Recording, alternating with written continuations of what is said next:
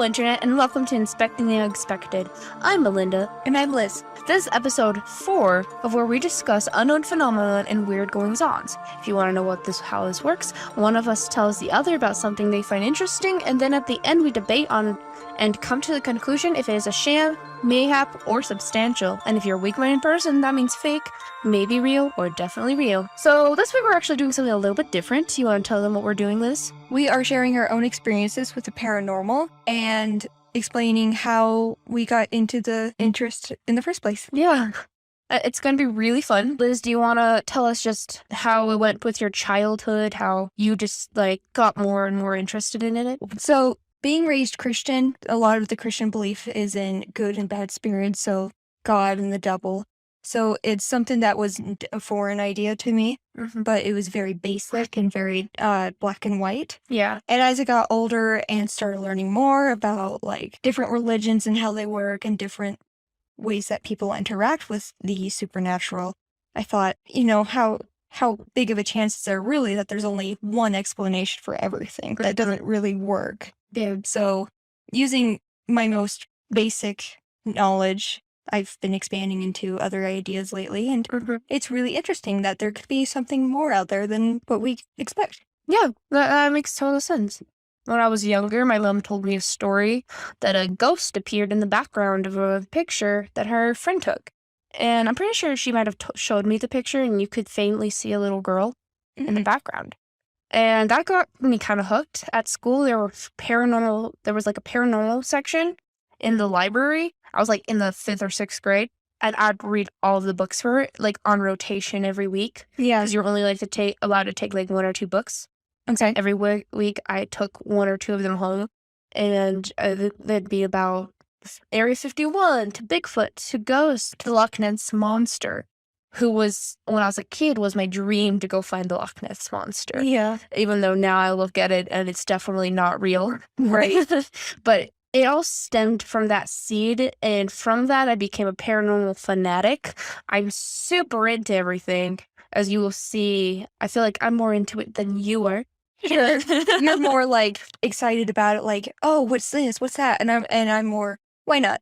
Yeah, I love it. It sometimes does scare me. I stay away from Bigfoot and cryptids. Right. But Skinwalkers. Yeah, I stay away from that. We will talk about it in this podcast. Yeah. We're definitely saging the room and praying after, though. It's just, when it comes to cryptids, I'm not taking any chances. Right. But with ghosts, I will only sage the room because sometimes there are demons that trickle in. Yeah. We don't like demons.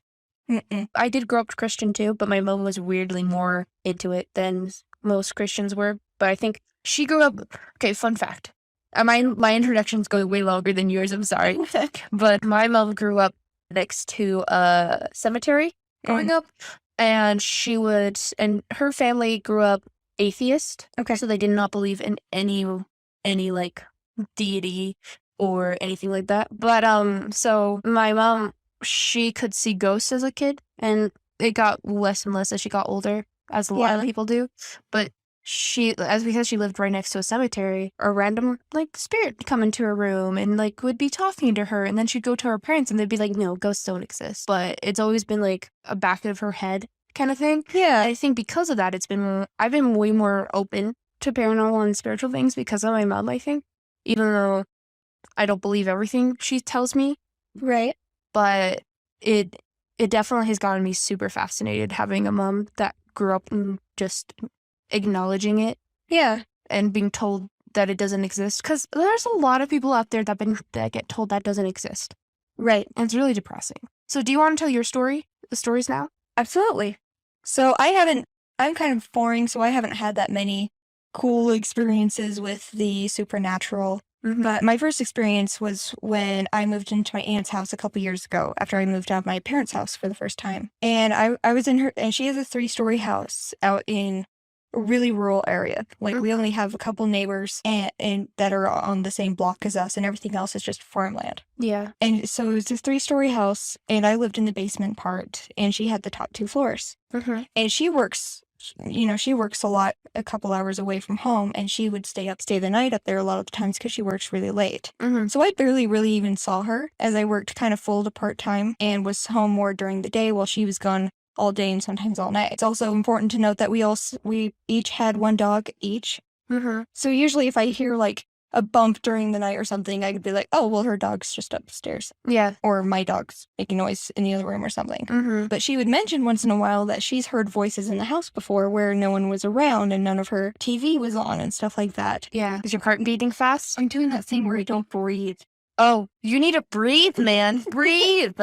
So one time I was home when she had been gone for a while. So at first I was skeptical about the voices because it's like, almost anything can be kind of explained. And Yeah.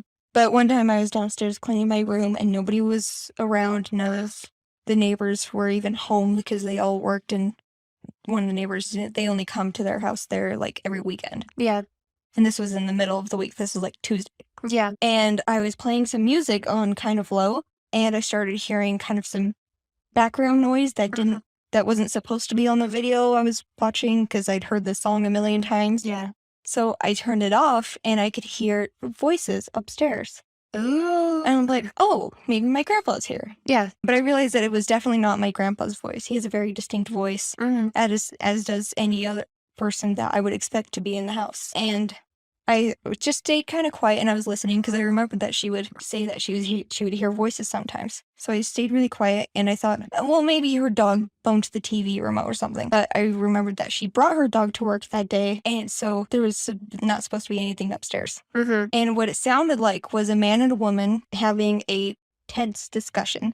Ooh. Not an argument. There's no yelling. There wasn't really a big up and down in tone, but definitely not a, oh, how you doing? Oh, my day's good. It was like they were discussing something serious, but were deciding not to yell. Yeah. It's like when your parents are arguing and they don't want the kids to hear it. Right. Okay. Yeah. A very pointed discussion. So I kept kind of listening, and I would hear a pause every so often, and I would hear footsteps, and it sounded like high heels. Yeah. So sounding right above me would have been the living room. Yeah. And then the footsteps would go into the kitchen and then bump a cabinet. Yeah. She has a big wooden china cabinet, which makes a very distinct sound when you bump into it. Yeah. So I'm like, oh, she's in the kitchen, but there's not supposed to be anyone up here. Yeah. So they would move things around and walk around in between discussion. And it went on for about 20 minutes. Dang. And after it stopped, I called her and said, okay, I just heard it. And she's like, no kidding. Did it sound like she was moving around? And I'm like, yeah, it did. And she says, do you hear like two men or two women? I'm like, no, a man and a woman. She's like, yep, that's what I would hear all the time. So it was the same thing. So interesting. And at one point I heard her because I could hear the two different footsteps. Yeah. Because his was heavier, and she was coming down the stairs. Yeah. And like stopped at the bottom of the stairs before my living room, and I was in the back bedroom, and then turn around and go back up. Yeah. And that happened twice. Yeah. So she's like trying to go all over the house, but kind of can't go all the way up or down the stairs. So interesting. So I'm telling her all that, and she's like, yep, same. So that would happen all the time? Like that kind of noise? Yeah. And so she told me, I just found out the history of the house. Oh. So the house was built and lived in by a man and woman who were married, and they had a young son. Yeah. And they were starting to argue, and the neighbors all knew about it and everything. And eventually the wife decided, I'm done. I want a divorce. So his response was to go into what was her now bathroom and commit suicide. Oh no. Like on her toilet. Now, did she die too? Or as far as we know, she and the son moved. Okay. And then he later killed himself. So it was just, so that probably means, so, okay, let me explain to you what it sounds like. So there's a difference between having a paranormal kind of like haunting. Right. And a paranormal, like I forgot what it's called, but it's like a radio where it's already recorded and it's just happening over and over again. Yeah. It sounds like a lot of negative energy. And it was being replayed over and over again. It's like people who would go up and down the stairs a lot. Yeah. There's homes where, like, ghost hunters actually explained this, where there's homes where it just happens so often and so much energy was going through that there's no ghosts actually there. Yeah. It's just repeating it. Like, it's just repeating what has happened so many times, especially if there's so much energy. He committed suicide. Her son committed suicide. They had a really bad marriage where they, like, she wanted a divorce. So it sounds like it's actually repeating Yeah. history. It's like the house having a flashback of it. Yeah, and it's really interesting because you said that she was hearing the exact same things. Yep.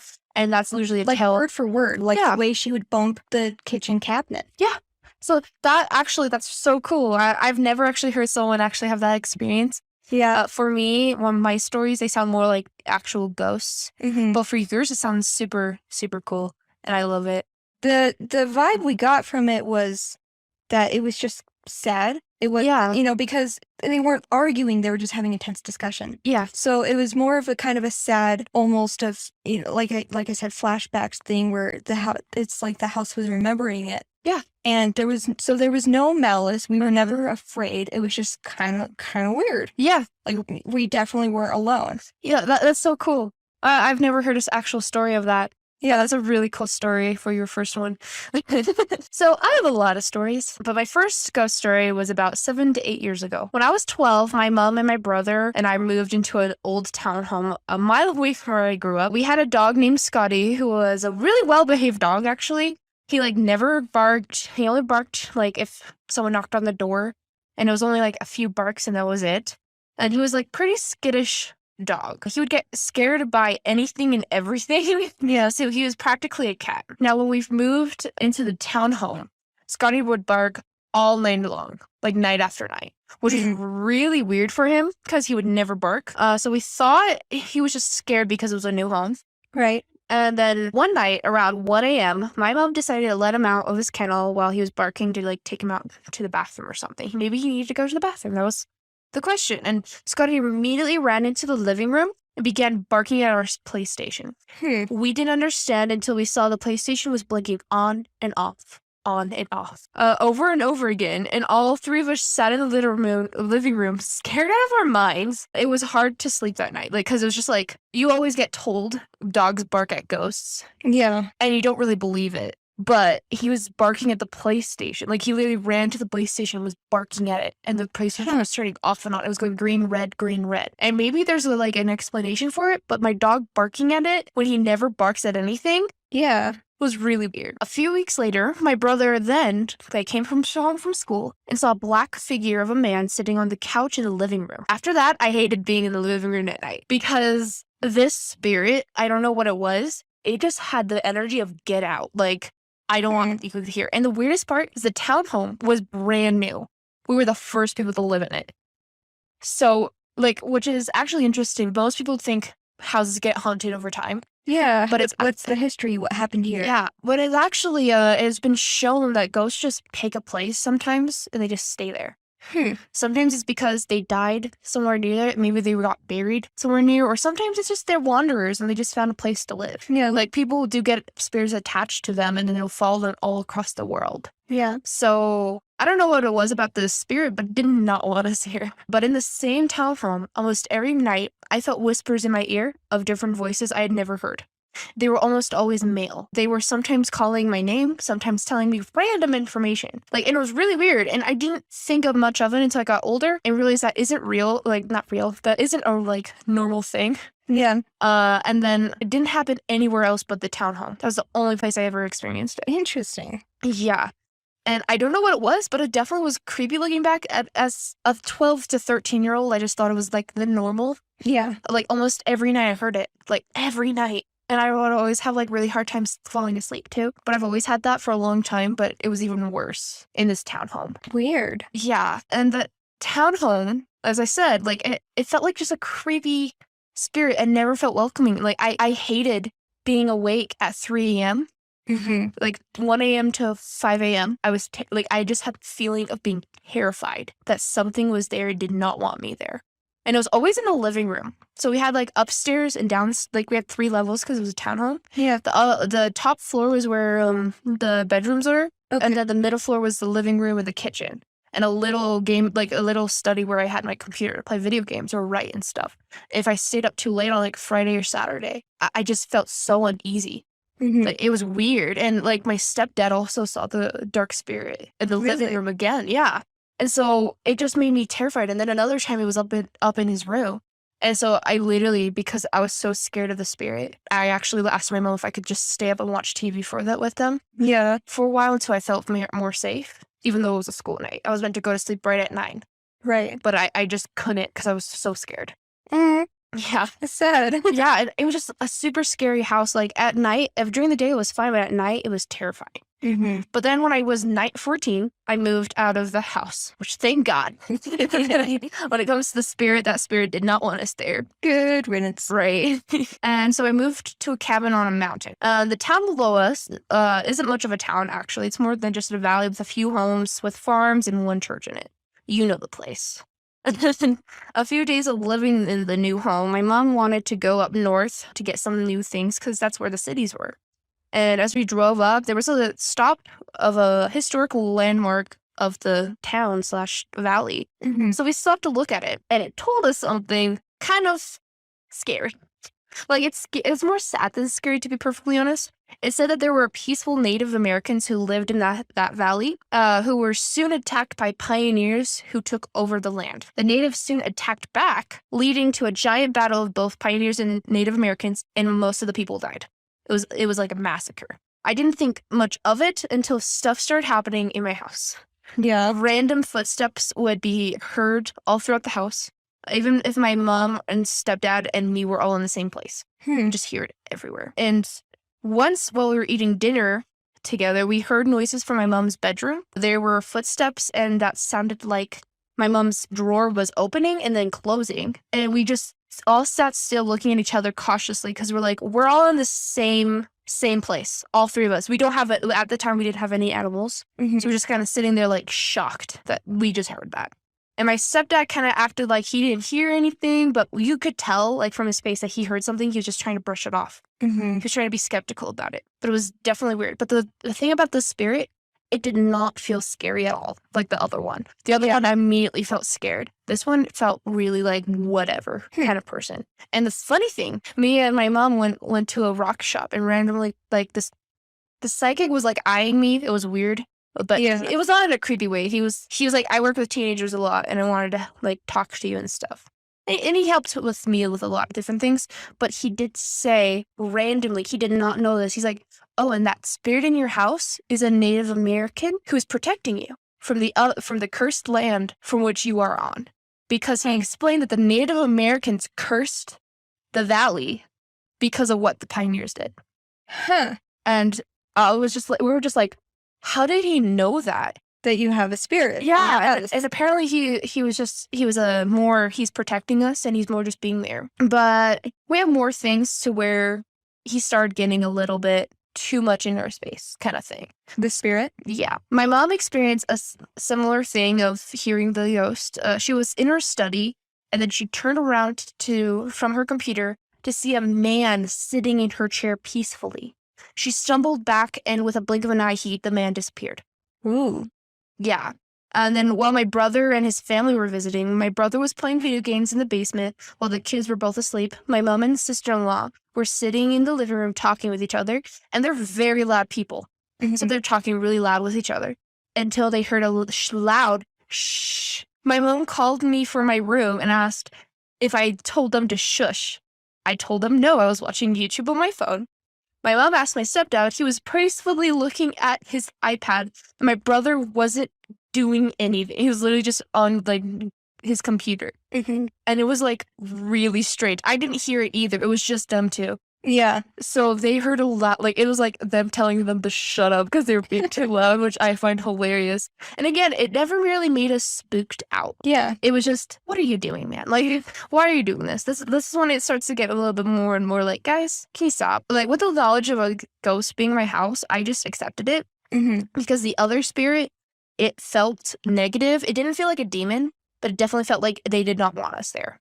Yeah. It was just a negative spirit. And because anytime I had any slight encounters, I always felt kind, like it was kind and not mean. Like it was just an easygoing spirit. Like it wasn't really much energy at all. Yeah. I remember a few times I woke up randomly in the middle of the night feel like someone or something was staring at me in my bedroom. And I would just tell them to go away. They'd go back to sleep and I wouldn't feel it anymore. Interesting. That's what I'm very strong about. I know I'm more powerful than ghosts, that if I tell them to just go away, they'll go away. And if I use in the name of Jesus Christ, I command thee to go away. Even though I'm not as religious, I do know I am commanding them to go away. There's power in that. Yeah, I've had an experience where I was once praying as a child and I actually felt like there were negative spirits or something like crawling up my body, trying to like stop me from having like a spiritual experience. It was really weird. And then I quickly stood up, put my hand like to the right, like at a right 90-degree angle.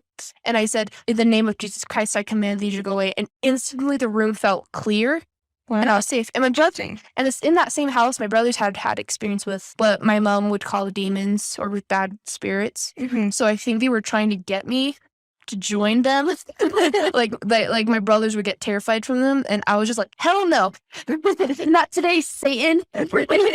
So like that's why I've always believed I have more power over you, even if it's a demon, if it's a spirit, and that's why I've learned to try not to be scared of spirits, because the bark is worse than the bite. There's only so much effect on you that they can have. Yeah, and me saying that, well, I feel like a demon's gonna be like, you say that again, bitch. So this is when the ghosts started to get too much in our business, where I feel like we all decided that we need to do something about it. So one day I got home from school and I went to take a shower. My mom and my stepdad were gone, so I was just me and my home alone. Like, and again, I lived on a mountain. No one was around, and we were like the only ones up there that lived there full time.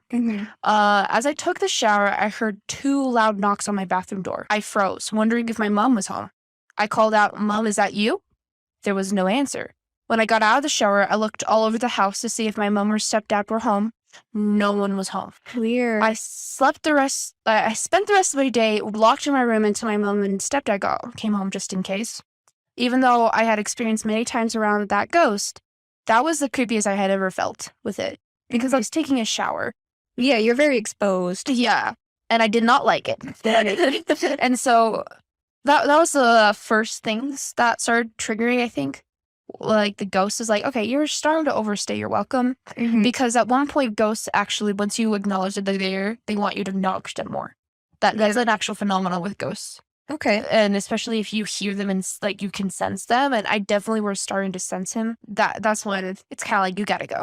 So yeah. So the ghost for a while would just move things, even really heavy things outside. So we had solar panels and had a ladder to get to the solar panels if it needed anything. And the solar panels were really high up, and it was a really heavy ladder that you needed about 2 or 3 people to move. Okay. We would come home for like it being right next to the solar panels, it being more down the hill on its side. Weird. Yeah, and like random cabinets would be open, and like things would just move. And my stepdad, was there anything missing?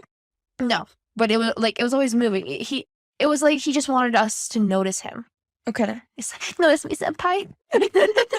So this is when my stepdad started to believe that it was there because of the moving of the equipment. But then this happened. My stepdad would see a man following him in the corner of his eye, like just casually following him around. And then he'd turn around and he'd be gone. He would see shadows and then they'd be gone. And we would, at one time, we heard a random piano key be played.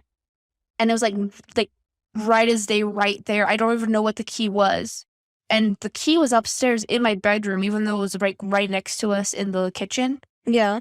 And it was just loud. And me and my mom just looked at each other. My stepdad always pretended he didn't hear anything. Of course. But because he's a big skeptic. Right. But me and my mom would just look at each other like, did you hear that?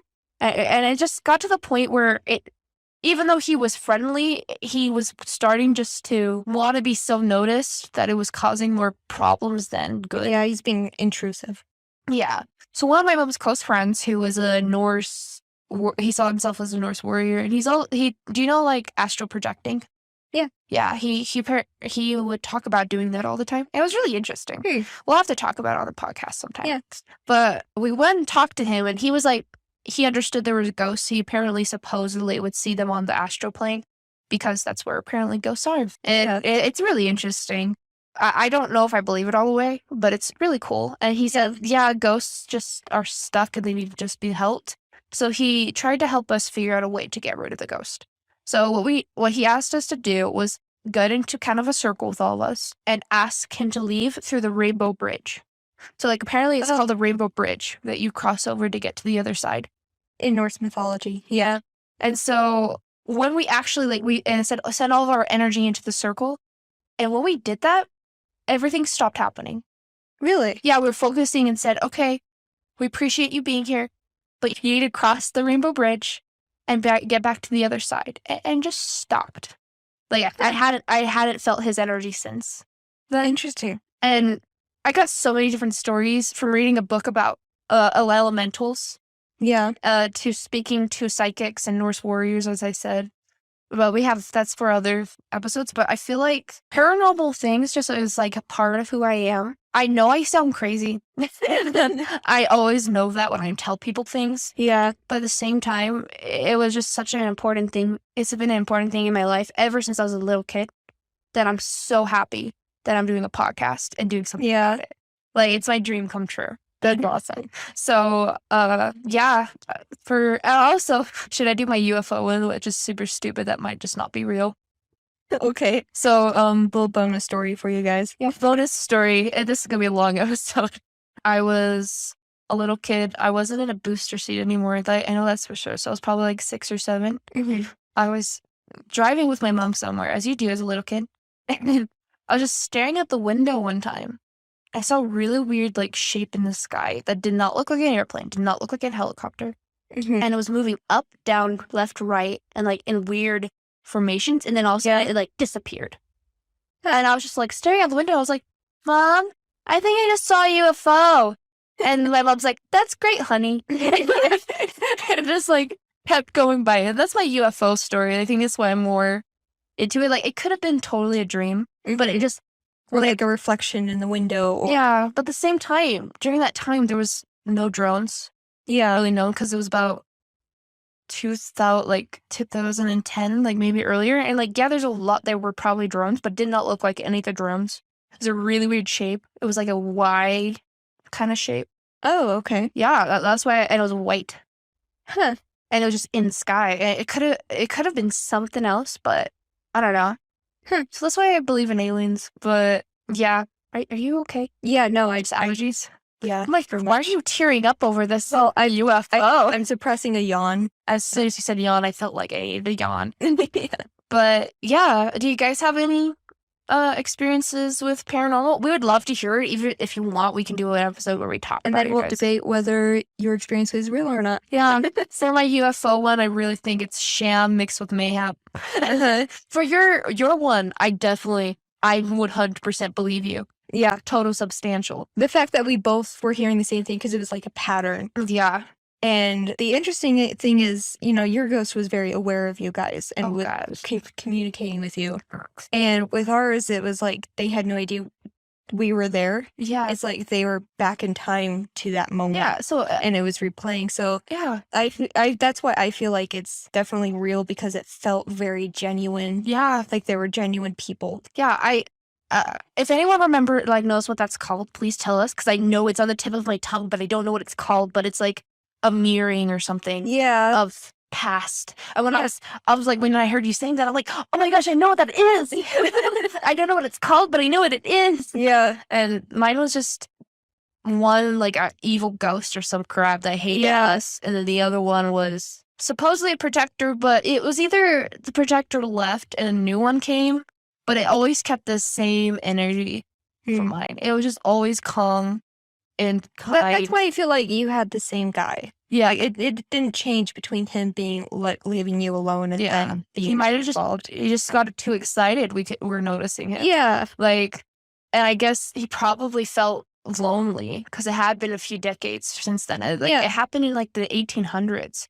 That that Native American war in the area. Yeah, and I can definitely see there's a lot of things about Native Americans cursing lands, and I definitely think that's probably possible. Me too. So I feel like a lot of the Native American beliefs and practices have a lot of significance to them. Yeah, and you've been in that area, yeah, it's definitely there's even a lore to it that the reason why, like, there's theories that like my mom was talking to people that have lived there for a while, that the reason why they have a bit more harder time actually in that valley, actually growing crops. Yeah. And even growing trees. Yeah. It's really hard. And there's always wildfires. That's why I have a fear of wildfires. Yeah, we've had some very serious ones out there. Yeah, it's a serious because the land's cursed. And if that's true, I'm like, dang, man. Because just a few miles away, you don't have that kind of issues. No. Stuff grows everywhere. Yeah, and like the place we live now, like it's easy to grow a tree here. Right? Yeah.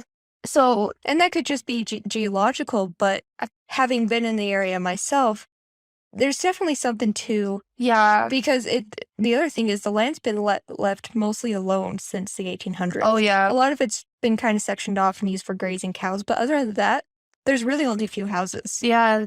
I'm going to just say this, that also that land, for some reason, a lot of ex-criminals are like.